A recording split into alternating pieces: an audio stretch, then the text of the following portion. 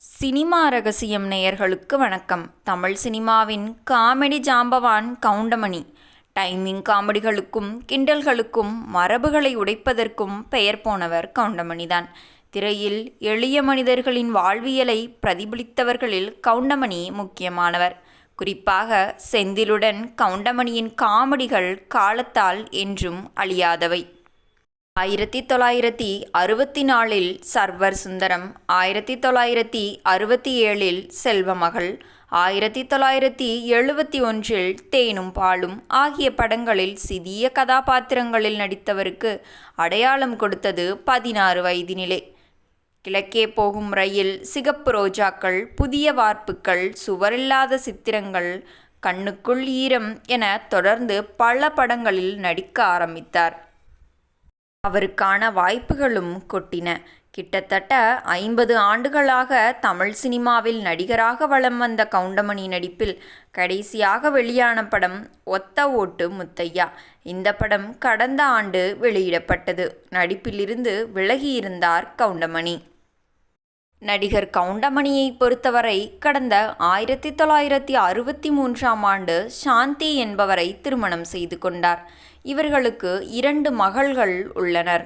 கவுண்டமணியின் மனைவி சாந்தி கடந்த ஆண்டு உடல்நலக்குறைவு காரணமாக காலமானார். தன் மனைவி இறந்ததிலிருந்தே கவுண்டமணி அவர்களும் உடல்நிலையும் சில சமயம் சரியில்லாமல் போகிறது என்ற தகவல்கள் சமூக வலைத்தளங்களில் பரவி வருகின்றன. கவுண்டமணிக்கு செல்வி மற்றும் சுமித்ரா என்ற 2 மகள்கள் உள்ளனர். இந்நிலையில் கவுண்டமணியின் மகள் சுமித்ராவின் புகைப்படம் சமூக வலைதளங்களில் தற்பொழுது வைரலாகி வருகிறது. ஆனால் கவுண்டமணியின் 2 மகள்கள் மட்டுமே தங்களுடைய தனிப்பட்ட வாழ்க்கையை அவர்கள் நிம்மதியாக வாழ்ந்து கொண்டு வருகிறார்கள்.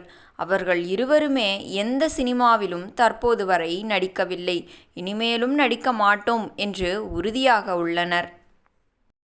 கவுண்டமணியின் மகள் சுமித்ராவை இப்பொழுது பலரும் பாராட்டி வருகின்றனர். ஏனென்றால் கவுண்டமணியின் மகள் சுமித்ரா கடந்த சில ஆண்டுகளாகவே சமூக சேவைகளில் அதிகமாக ஈடுபட்டு வருகிறாராம்.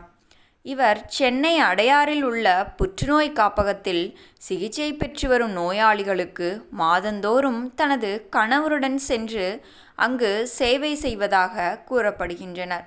இதை நிறைய பேர் பார்த்துவிட்டு நீங்கள் கவுண்டமணியின் மகள்தானே என்று அனைவரும் கேட்கின்றனராம். அதை வைத்து அவரும் ஆமாம், நான் அவரின் மகள்தான். ஆனால் நான் சினிமாவில் சேவை செய்வதை விரும்பவில்லை. நான் என் தனிப்பட்ட வாழ்க்கையில் சேவை செய்து மக்களுடன் மக்களாகவே இருக்க விரும்புகிறேன் என்று கூறியுள்ளார்.